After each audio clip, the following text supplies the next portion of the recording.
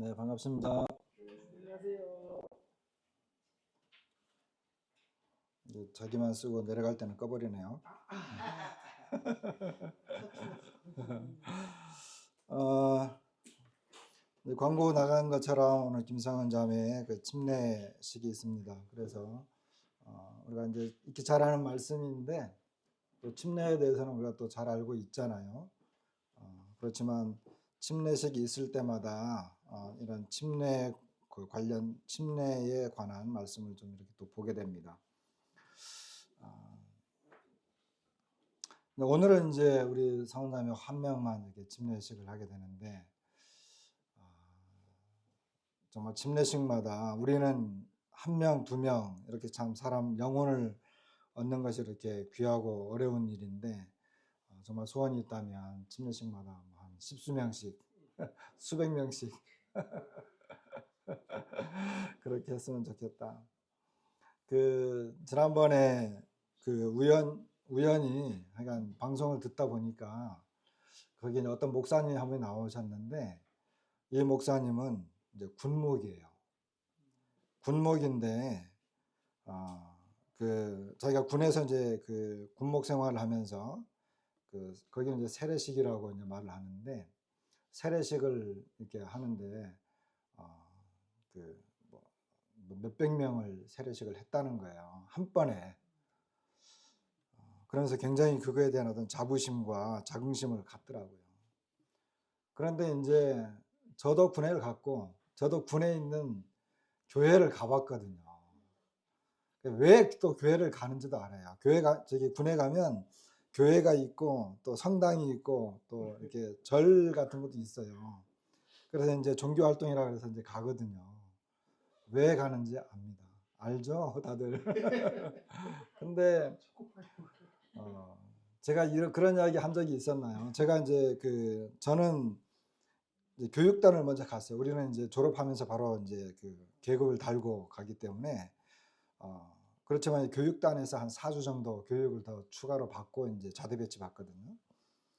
근데 교육단 4주인가 6주인가 하여간 거기서 이제 교육을 받으면서 그 진해인데 진해 사령부에 있는 교회를 갔어요. 교회가 정말 잘 지어졌어요. 그 어디야?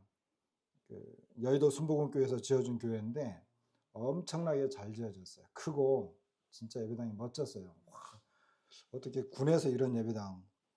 그래서 이제 그날 이제 목사님의 그 훌륭한 말씀을 딱 들었죠. 나오다 보니까 옆에 이제 그 소리함이 있더라고요.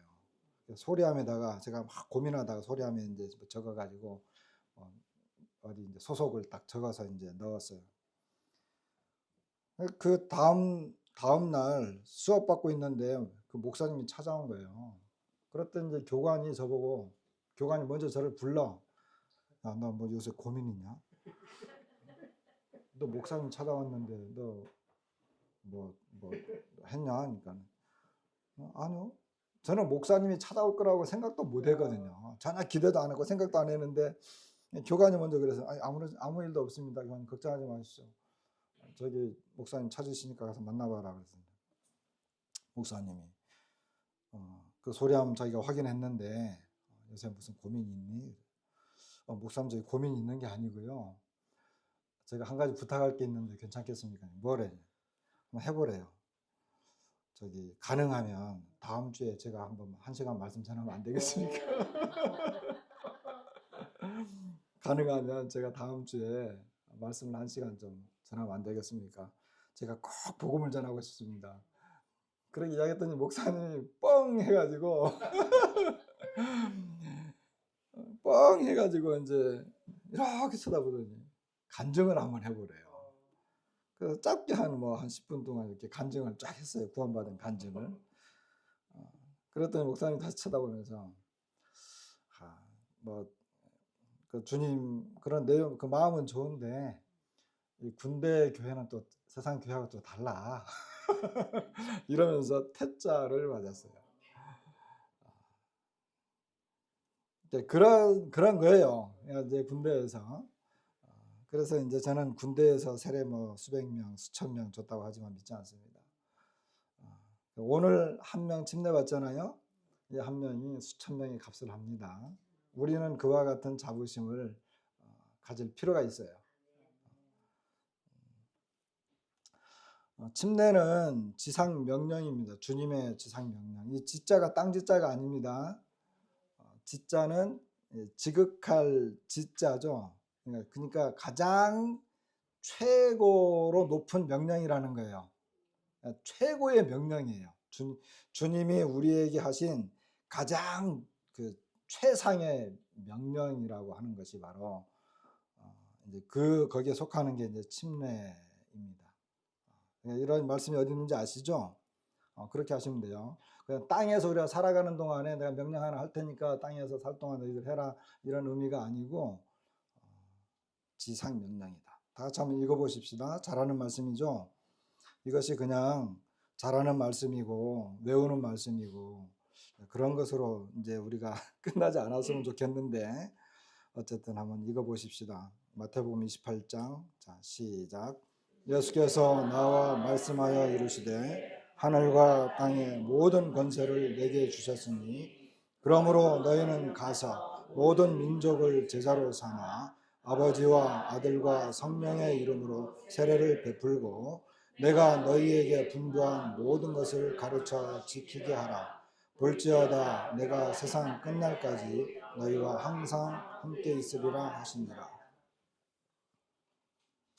주님께서 이제 제자들과 헤어지면서 주님의 이제 그 본 하늘나라로 가시기 직전에 제자들에게 하신 말씀이고 오늘날 우리들에게도 하시는 약속의 말씀입니다.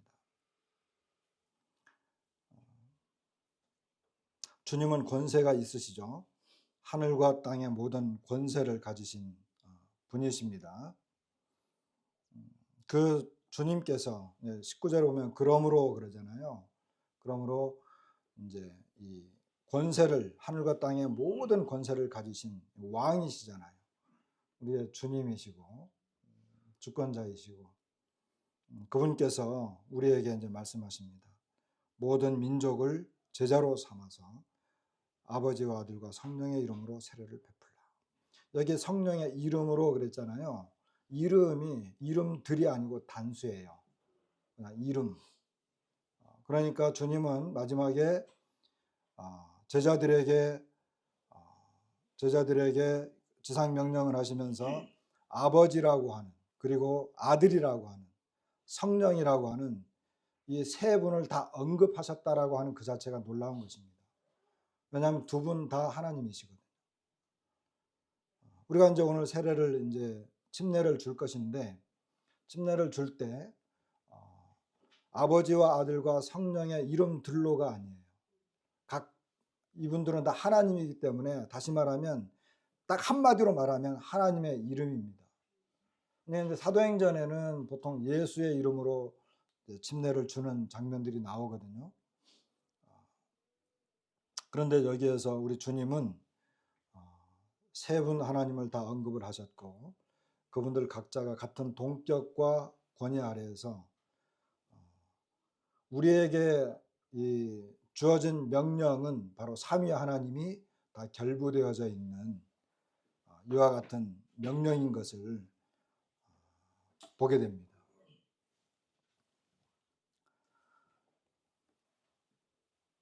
여기에서 제자로 삼아라고 하는 게 주동사예요. 그러니까 주님이 우리를 이렇게 보내시면서 너희는 가서 모든 족속으로 모든 민족으로 제자를 삼아라, 뭐 가라라든지 또 여기 세례를 베푼다든지 가르쳐 지키게 하라, 이와 같은 것들은 이 제자로 삼는 그 내용 안에 포함되는 것들이에요. 그러니까 제자로 삼는 것. 예전에 김우영님 계실 때 그런 교제를 한 적이 있어요. 형님이 저보고 누구에게 세례를 베푸는 줄 알아? 그랬더니 믿는 사람들이죠. 그러니까 제자들이야 그랬어요. 제자는 물론 믿는 사람들이 포함됩니다. 광범위하게 믿는 사람들을 제자, 사도행전에 보면 믿는 사람들을 통틀어 그냥 제자라고도 부르기도 했고 또 특별히 훈련되거나 주님을 따르는 사람들을 제자라고 부르기도 하고 그래요. 여기에서 나오는 내용은 이제 아마 모든 믿는 사람들을 말하는 거겠죠. 그러나 우리가 좀 더 좀 이렇게 그 말씀을 우리에게 좀 적극적으로 적용한다고 하면 세례를 베풀게 되고 가르쳐 지키게 하는 것은 그냥 뭐 단순히 믿는다라고 고백한 사람이 아니라 제자들이다라고 하는 것입니다. 오늘 이제 우리 자매가 세례를 받게 되는데 제가 보니까 제자 같아요. 주님의 훌륭한 제자가 될 것 같습니다. 주님을 잘 따르고 어려운 가운데서도 여러 가지 환경적으로도 좀 이렇게 그런데도 불구하고 열심히 남편을 섬기고 따르고 배우고 이런 모습들을 보면서 제자인 것 같다. 세례를 줘도 될 것 같다. 이런 마음이 들었습니다. 우리는 복음을 전해야 되죠. 우리에게 주어진 임무는 제자를 삼는 것이 우리에게 주어진 일입니다. 세례를 베푼다든지 가르치는 것, 또 그것을 지키게 하는 것, 이와 같은 것들은 제자들에게 해당되는 내용이기 때문에 우리가 먼저 해야 되는 것은 제자를 삼는 것입니다. 어떻게 해서 제자를 삼을 것이냐? 복음을 전해서 그 사람들이 믿게 되면 그 사람들을 통해서 그 사람들에게 세례를 베풀게 되는 것입니다. 이와 같은 것들이 주님이 지금도 우리와 함께 하시면서 역사하시는 하나의 과정입니다. 주님께서 내가 세상 끝날까지 너희와 항상 함께 있겠다라고 약속하셨는데 그것을 어떻게 알 수 있느냐? 오늘 우리와 함께 하고 계시다라고 해서 어떻게 알 수 있느냐? 제자가 생겼잖아요. 그죠? 제자가 생겼잖아요. 제자가 계속 생기고 있잖아요. 만일에 제자가 생기지 않고 뭐 그냥 아무런 역사가 일어나지 않는다. 그러면 주님이 함께 하는지 안 하는지 우리는 의심이 가겠죠. 그런데 주님이 우리와 함께 하시고 계시다라고 하는 것은 이런 그 제자들이 계속 생겨나고 있고 주님의 지상 명령이 지금 효력을 계속 발휘하고 있다라고 하는 것을 우리가 알 수 있습니다. 이와 같은 명령은 제자들에 의해서 이제 주어졌습니다. 그런데 이제 실제로 사도행전에 가면 이 침례가 실제로 실행되어진 것을 볼 수 있습니다. 먼저 이제 오순절 이후에 예루살렘 교회에서 이와 같은 침례는 실행이 되어졌습니다. 사도행전 2장 38절에 보니까 42절까지 베드로가 이르되 너희가 회개하여 각각 예수 그리스도의 이름으로 세례를 받고 죄 사함을 받으라. 그리하면 성령의 선물을 받으리니 이 약속은 너희와 너희 자녀와 모든 먼데 사람 곧 주 우리 하나님이 얼마든지 부르시는 자들에게 하신 것이라 하고, 여기 39절에 보면 이 성령의 선물을 받는 것, 죄 사함을 받는 것, 이와 같은 이 약속은 너희, 그 당시 그 앞에 있는 사람들, 그리고 그들의 자녀, 그리고 먼데 사람, 우리죠. 그리고 주 우리 하나님이 얼마든지 부르시는 자들, 하나님께서 부르시는 그 모든 자들, 오늘날 우리들도 하나님의 부르심을 받은 자들입니다. 그렇기 때문에 이제 제자들이죠.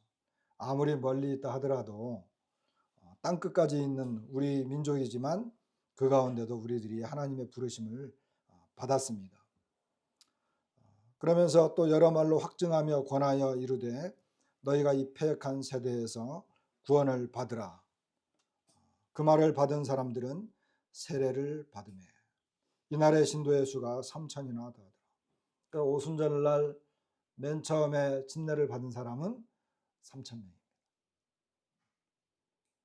구원의 확신을 가지고 침례를 받았는데 그 사람들이 3,000명이나 됐다라고 하는 것입니다. 놀라운 일이죠. 42절 그들이 사도의 가르침을 받아 서로 교제하고 떡을 떼며 오로지 기도하기를 힘씁니다. 이렇게 침례가 실행되어지는 것을 보게 되고, 그 다음에 중간에 있는 내용은 생략을 했어요. 이렇게 사마리아나 이쪽에 있는 것들은 생략을 했는데, 이방인들도 이제 세례를 받는 것을 보게 됩니다. 이방인들도 고넬료 가족에게 복음을 전했어요. 그랬더니 이제 그 이방인들이 하나님의 이 말씀을 받아들이고 그들에게도 성령이 내려오셨습니다. 그래서 10장 47절에 보면 이에 베드로가 이르되 이 사람들이 우리와 같이 성령을 받았으니 누가 능히 물로 세례 베품을 금하리요 명하여 예수 그리스도의 이름으로 세례를 베풀라 하니라. 이렇게 말씀이 기록되었어요. 그러니까 47절에 보면 베드로가 이르되 이 사람들 우리와 같이 성령을 받았다. 우리와 같이 성령을 받았다. 이제 나중에 11장에 가면 베드로는 예루살렘에 가서 이방인들에게도 성령이 오셨다라고 하는 것, 그들도 믿음을 받았고 구원받았다라고 하는 것을 이제 간증을 합니다. 그때 베드로는 그런 이야기를 하지요. 우리가 처음에 성령이 우리에게 임했던 것과 똑같이 이방인들에게도 임했다는 거예요. 이 사건이 바로 이 내용입니다. 우리와 같이 성령을 받았다는 거예요. 그럼 베드로는 언제 성령을 받았느냐? 오순절날 성령을 받았죠. 그러니까 이제 물로 세례를 주게 되었습니다. 그리고 48절에 특별히 명하여, 명령인 거죠.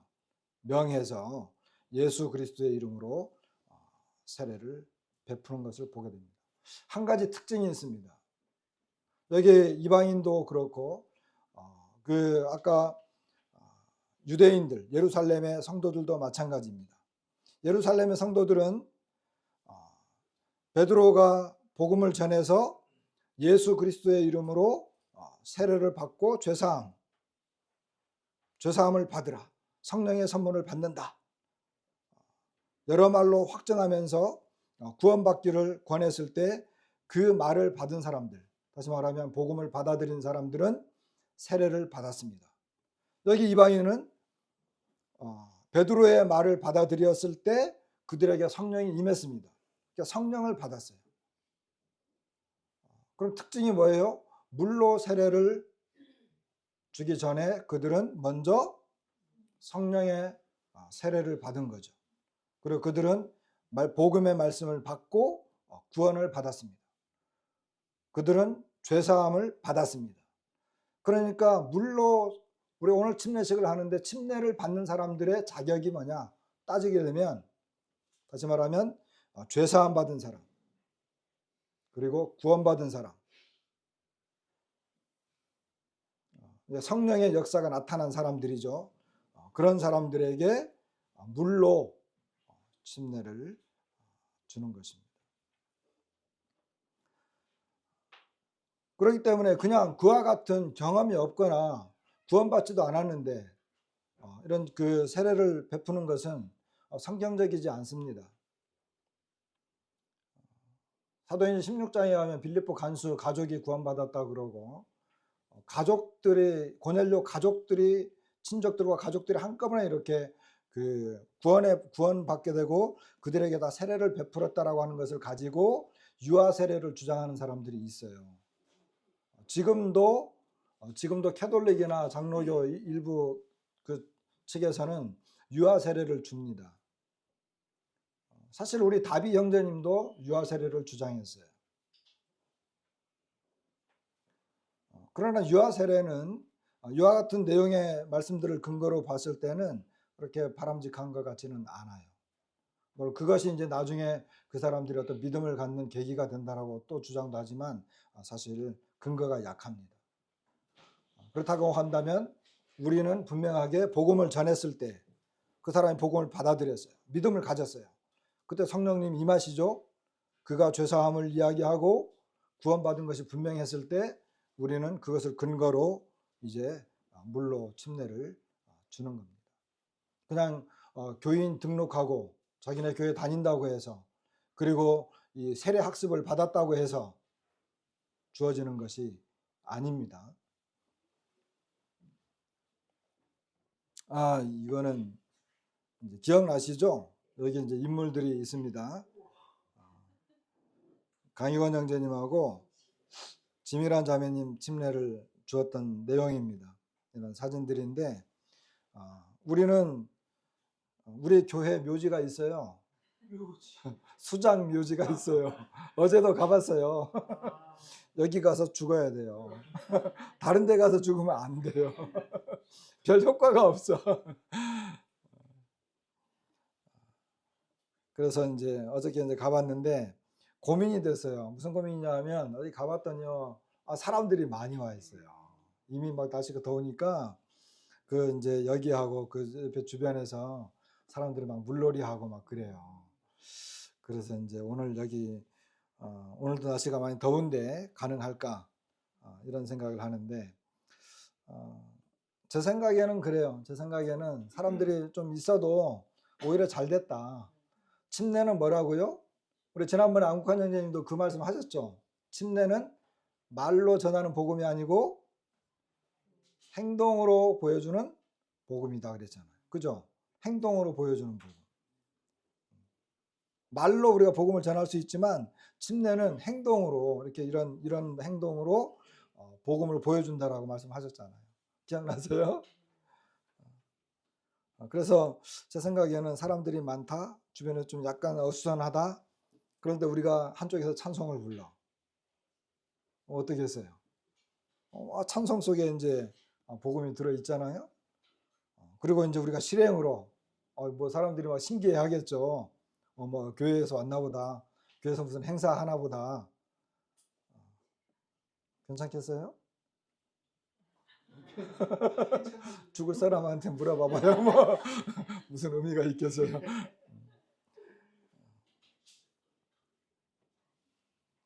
그래서 침례를 주게 될 것입니다. 그럼 침례의 의미도 우리가 생각해 볼 수가 있겠죠. 침례의 의미를 가장 잘 설명해 주고 있는 부분이 바로 로마서 6장이에요. 로마서 6장 1절에 보면 이 침례의 의미에 대해서 가장 잘 설명을 해 놓았어요. 사도 바울이 침례의 의미를 말하기 전에 먼저 아까 이제 그 침례는 본인이 받고 싶다고 해서 받을 수 있나요? 그러면 어떻게 해야 되나요? 침례는 교회의 결정입니다. 침례를 주는 사람의 결정. 그러니까 침례는 교회에서 이제 그 결정을 합니다. 침례를 주겠다고. 그래서 그 침례 교회의 권위로서 이제 침례를 주죠. 구원받으면 물론 이제 교회가 없거나 또는 뭐 이렇게 선교사만 가 있거나 특별한 상황 그럴 때에는 침례를 주는 사람이 이제 그 침례 받을 사람을 알고 있기 때문에 자기가 직접 복음을 전해서 그 내막을 알고 있기 때문에 개인이 침례를 줄 수 있는 거지만 특별히 교회를 형성하고 있을 때는 침례는 교회의 권위에 속합니다. 교회가 결정하고 교회가 이제 침례를 줍니다. 내가 그냥 원해서 되어지는 것은 아닙니다. 그리고 만찬도 그런 것에 속합니다. 만찬도. 주님이 우리에게 두 가지 예식을 명령을 했는데 그게 이제 오늘 떡을 떼는 것, 만찬과 침례잖아요. 이 모든 것들은 교회의 어떤 그 권위에 있습니다. 그래서 교회에서 결정을 하는 거죠. 이 같은 부분들은 우리가 좀 상식적으로 이렇게 알고 있으면 좋겠습니다. 자, 침례의 의미, 로마서 6장. 그런즉 우리가 무슨 말을 하리요? 은혜를 더하게 하려고 죄에 거하겠느냐? 그럴 수 없느니라. 죄에 대하여 죽은 우리가 어찌 그 가운데 더 살리요? 무릇 그리스도 예수 합하여 세례를 받은 우리는 그의 죽으심과 합하여 세례를 받은 줄 알지 못하느냐? 그러므로 우리가 그의 죽으심과 합하여 세례를 받음으로 그와 함께 장사되었나니 이는 아버지의 영광으로 말미암아 그리스도를 죽은 자 가운데서 살리심과 같이 우리로 또한 새 생명 가운데서 행하게 하려 함이라. 만일 우리가 그의 죽으심과 같은 모양으로 연합한 자가 되었으면 또한 그의 부활과 같은 모양으로 연합한 자도 되리라. 여기 특별히 2절, 3절에 보게 되면 그리스도 예수와 합하여 세례를 받은 우리는 그랬어요. 그의 죽으심과 합하여 세례를 받은 줄을 알지 못하느냐. 이것은 이제 보통 일반적으로 신자의 침례라고 하는 제목으로 이제 말씀들을 많이 하는데, 여기 그리스도 예수와 합하여 세례를 받았다. 그것은 그의 죽으심과 합하여 세례를 받은 줄을 알지 못하느냐. 다시 말하면 예수 그리스도께 우리가 침례를 줄 때 물속에 이렇게 잠기잖아요. 잠기게 돼서 그 사람이 죽은 것을 이야기하는데, 그 죽음이라고 하는 것은 바로 그리스도 예수와 함께 죽었다는 거예요. 합하여라고 하는 것은 그리스도 예수와 함께 합쳐져서 함께 죽은 것이다 라고 하는 것을 말씀하는 것입니다. 그러니까 예수님을 믿는 사람, 예수 그리스도께서 십자가에서 죽으셨다라고 하는 것은 그분이 죽을 때 나도 그분과 함께 죽었다는 거예요.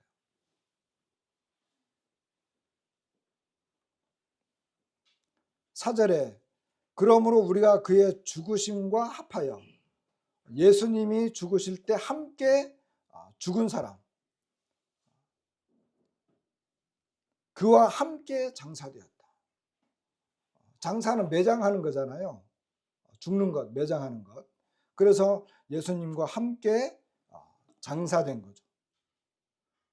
예수님을 믿는다라고 하는 것, 예수님을 믿고 나의 주님으로 믿었습니다라고 하는 것은 십자가에서 예수님이 죽으실 때 나도 함께 죽었습니다 라고 믿는 것입니다.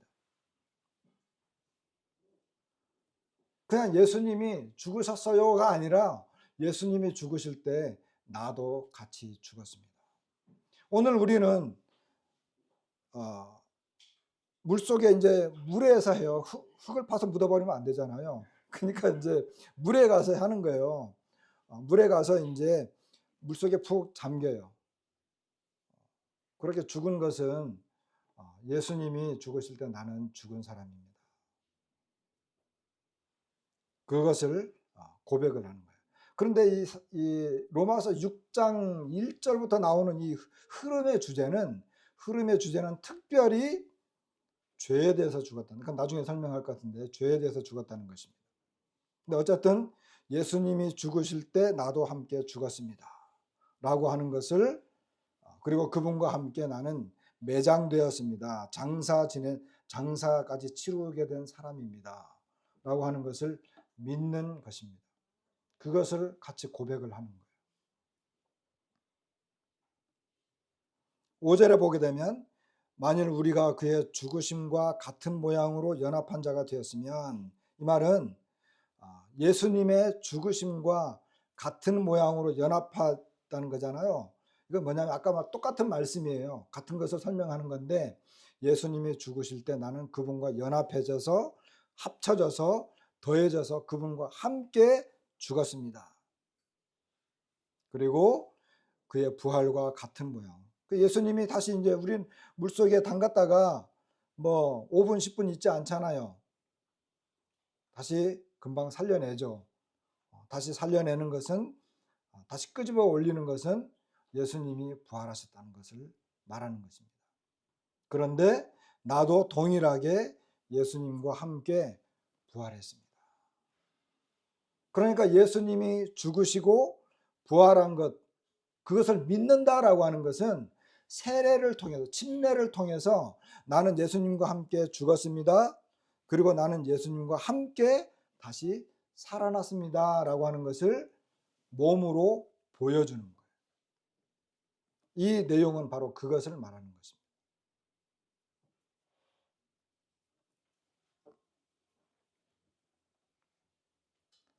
그런데 여기 2절과 4절 후반부에는 파란 글씨도 적어놨잖아요. 파란 글씨. 자, 빨간 글씨로 적어진 것은 예수님과 함께 죽었습니다, 그리고 나는 예수님과 함께 다시 살아났습니다, 이것을 이야기하는 것이고, 여기 파란 글씨는 죄에 대해서 죽었다라고 하는 것을 말하는 것입니다. 그리고 후반부에는 이제는 내가 새로운 생명으로 새 생명으로 살아났다라고 하는 것을 말하는 거예요. 자, 그러면 요 침례에 관련된 요 말씀을 하기 앞에 무슨 이야기가 있었는가요? 로마서 3장과 4장, 5장 쭉 내용을 보면 우리는 죄인이었는데 예수 그리스도께서 자신을 성령으로 내주시고 우리를 구원하셔서 4장에 와서 비로소 믿는 자들을 하나님이 의롭다라고 해주셨어요. 믿는 자들을 의롭다라고 해주셨어요. 그리고 율법의 행위가 아니라 믿음으로 우리는 의롭다함을 얻었습니다. 그리고 5장에 와서는 여전히 우리가 믿음으로 의롭다함을 얻었고 이제는 하나님과 화목하게 되었어요. 그러니까 어떤 사람들이 그런 거예요. 야, 그러면 우리가 예수님을 믿고 예수님을 믿게 되었고 하나님은 믿는 자들을 의롭다라고 해준다고 한다면, 그렇게 해준다고 한다면 이제 우리가 의로워졌으니까, 하나님께서 의롭다라고 여겨졌으니까, 율법의 행위가 아니고 믿음으로 의로워졌으니까 내가 이제 율법을 어기고 죄를 지으면서 살아도 된다는 것 아니냐, 이런 반론이 나온 거예요. 반론이. 그러니까 사도 바울이 바로 여기서 하는 말이 그렇지 않아. 결코 그럴 수 없느니라. 그렇지 않아. 왜 그렇지 않냐? 죄에 대해서 우리가 죽었어. 그 이야기를 하기 위해서 침례 이야기를 끄집어낸 겁니다. 그리고 우리는 이제 새 생명으로 다시 새로운 생명으로 살아났어. 자, 죄에 대해서 우리는 죽었습니다. 사도 바울은 나중에 이제 이런 내용들을 좀 더 덧붙이죠. 우리가 이제 죽었어요. 예수님과 함께 죽었습니다. 죄에 대해서 죽었습니다. 세상도 우리에 대해서 세상도 죽었어요.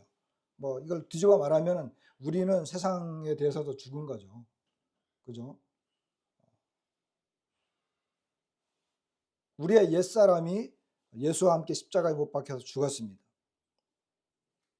우리는 또 우리 육체에 대해서도 죽었습니다. 율법에 대해서도 죽었습니다.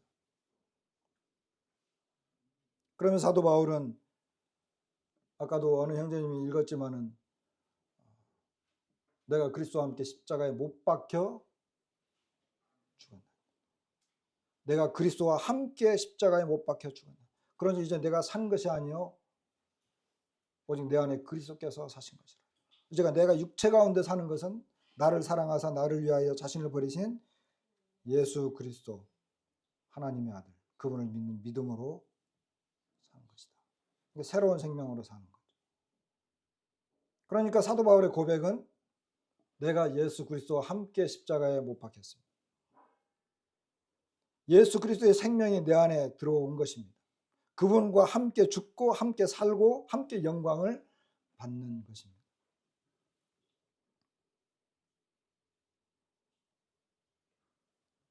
그렇기 때문에 이제 침례를 받는 사람은 내가 예수 그리스도와 함께 죽었습니다. 이걸 고백하는 거예요. 침례를 받는 사람은 결국은 죄에 대해서 죽은 것입니다.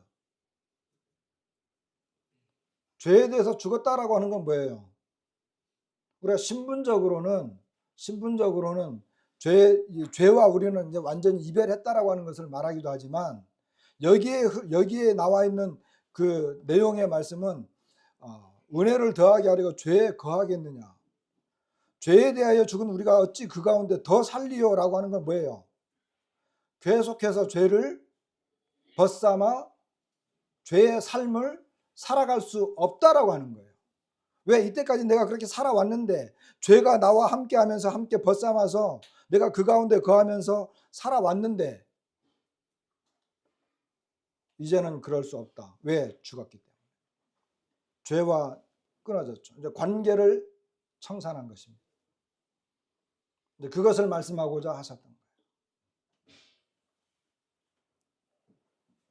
그러면서 쭉 나가다 보면 죄의 삭은 사망이요 하나님의 은사는 그리스도 예수 안에 있는 생명이라 그러잖아요. 죄의 삭은 사망이라고 하는 것은 물론 죄에 거듭나지 못해서 계속 죄 가운데 있게 된다고 한다면 그 사람은 뭐 둘째 사망, 지옥으로 들어가겠죠.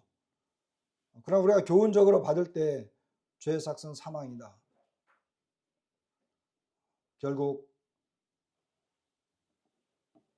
이 죄의 삶이라고 하는 것은 어두움과 고통, 이것이 결코 그런 일이 생겨서는 안 되지만 그리스도인들이라 할지라도 여기 있는 것처럼 죄 가운데 계속 산다든지 그리고 죄에 거하게 된다든지 그렇게 된다고 한다면 자신의 믿음과 믿음의 고백과 상반된 삶을 살기 때문에 그 삶은 곧 죽음이죠. 살아도 산 게 아닙니다.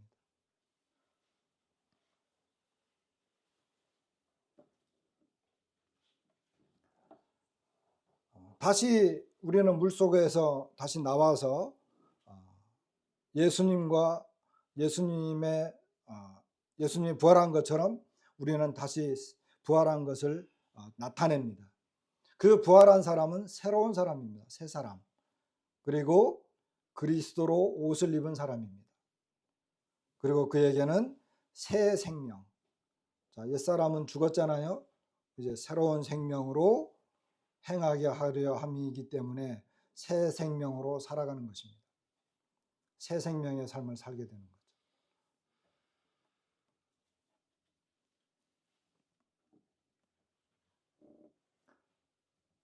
아까 죽음에 대해서 이야기했습니다. 자, 오늘 우리는 한 자매를 믿음의 고백을 따라서 장사 지낼 겁니다.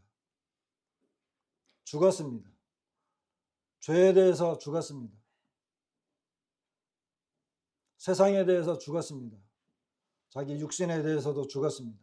그는 그냥 죽은 사람입니다. 오늘 우리는 떡과 잔을 통해서 우리 주님이 어떻게 죽으셨는지를 봤습니다. 죽음은 그런 것입니다. 죄의 결과는 그런 겁니다.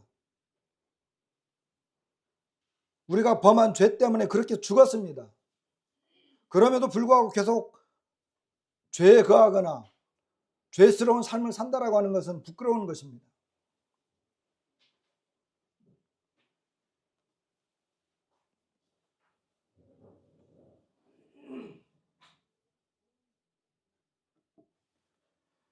그리고 우리는 또다시 새로운 새 생명의 삶을 살게 됩니다. 이 사람은 옛사람과 다르죠. 이 사람은 이제 완전 변화된 사람입니다. 새로운 생명으로 거듭난 사람입니다. 이전 것은 지나갔으니 보라 새 것이 되었다. 새 것이 되었습니다. 우리는 여기 앉아 계신 분들 제가 보니까 다 침례 받으신 분들인데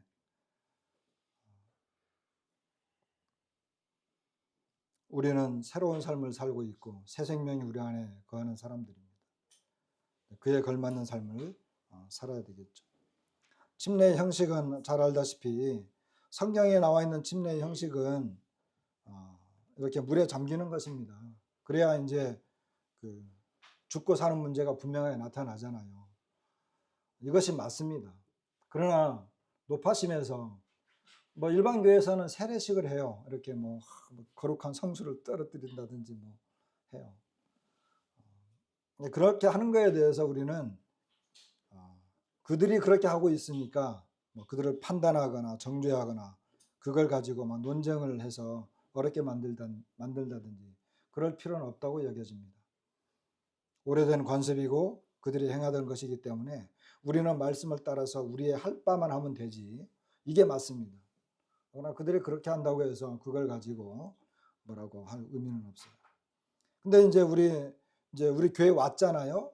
저희 세례를 받았어요. 이렇게 해서 반만 죽어서 온 거예요. 오늘 완전히 우리는 이제 사망시킵니다. 이게 맞으니까. 절반이 살아 있었기 때문에 어때요? 절반이 살아 있었기 때문에 일부가 살아 있었기 때문에 육신이 드러나는 거죠. 그죠? 육신이 막 드러나는 거예요. 시체가 돌아다니면 안 되니까. 자, 마지막으로 새 생명의 삶에 대한 교훈 한번 다 같이 한번 읽어보겠습니다. 골로새서 3장에 있는 말씀인데 앞뒤 내용을 잘랐기 때문에 좀 뭐하긴 하지만 골로새서 3장 1절로 4절 자, 다 같이 한번 읽어보겠습니다. 시작. 그러므로 너희가 그리스도와 함께 다시 살리심을 받았으면 위의 것을 찾으라. 거기는 그리스도께서 하나님 우편에 앉아 계시느니라. 위의 것을 생각하고 땅의 것을 생각하지 말라. 이는 너희가 죽었고 너희 생명이 그리스도와 함께 하나님 안에 감추어졌습니다. 우리 생명이신 그리스도께서 나타나실 그 때에 너희도 그와 함께 영광 중에 나타나리라. 놀라운 약속입니다. 그리스도와 함께 다시 살리심을 받았습니까? 그러면 위의 것을 찾으라는 것입니다. 위의 것. 위에는 거기는 누가 있다고요? 그리스도께서 하나님 우편에 앉아 계시다고 이렇게 말씀합니다. 위의 것을 생각하고. 생각 중요하죠. 생각. 위의 것을 생각할 거냐? 땅의 것을 생각할 거냐? 땅의 것을 생각할 때 우리는 늘 불행하죠. 고통스럽고 힘들고. 위의 것을 생각하라고 하는 거죠. 3절에 그 이유가 나와 있어요. 그 이유는 너희가 죽었다는 거예요. 아까 말씀드렸죠. 그리고 너희 생명이 그리스도와 함께 하나님 안에 감추어졌습니다. 우리 생명, 우리 다른 사람들하고 볼 때 잘 몰라요. 그러나 우리 생명이 감추어져 있는데 그 나타날 때가 옵니다. 4절에 우리 생명이신 그리스도, 우리 생명이신 그리스도께서 나타나실 그 때에 너희도 그와 함께 영광 중에 나타나리라. 그러니까 우리가 갖고 있는 이 생명은 바로 생명의 근원 되신 그리스도의 생명입니다. 영광스러운 생명입니다.